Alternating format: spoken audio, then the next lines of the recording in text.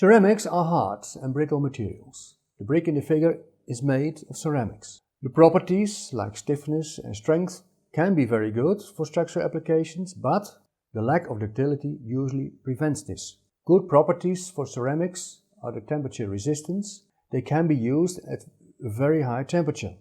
Another useful property is the wear resistance of ceramics. Therefore, these materials are often applied in cutting tools. The accident with Space Shuttle Columbia in 2003 illustrates the brittleness of ceramic materials. 7 persons were killed in that accident.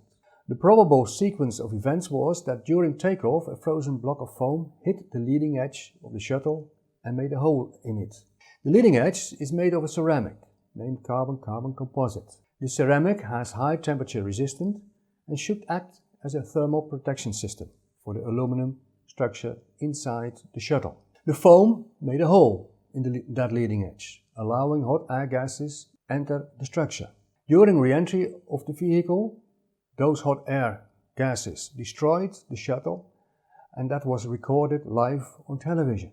An extensive research after the accident involved testing to simulate the events.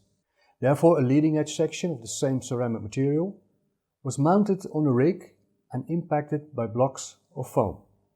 It appeared that the edge could be damaged, resulting in the awful scenario described before. The last group of materials is composites. Fiber-reinforced polymers are fibers embedded in a polymer matrix. Fibers are the strong and stiff component, so the material is stiff and strong in fiber directions only. This may make the fiber-reinforced polymers highly anisotropic, which can be exploited. If, for example, a profile is loaded in length direction, the majority of the fibers should run in length direction.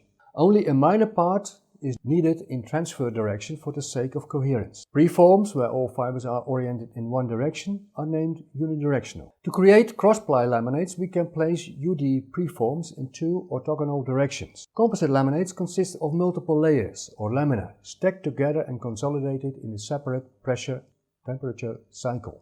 Fiber-reinforced polymers have 2 distinct ingredients, each with its own specific functions. The fibers provide the strength and stiffness, and the polymer is the matrix in which the fibers are embedded.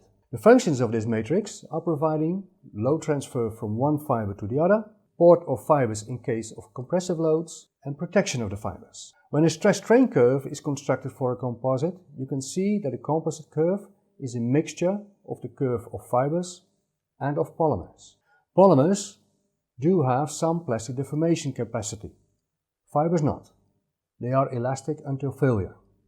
Besides, the failure strain of fibers is very small, 1 to 4% for most common fibers.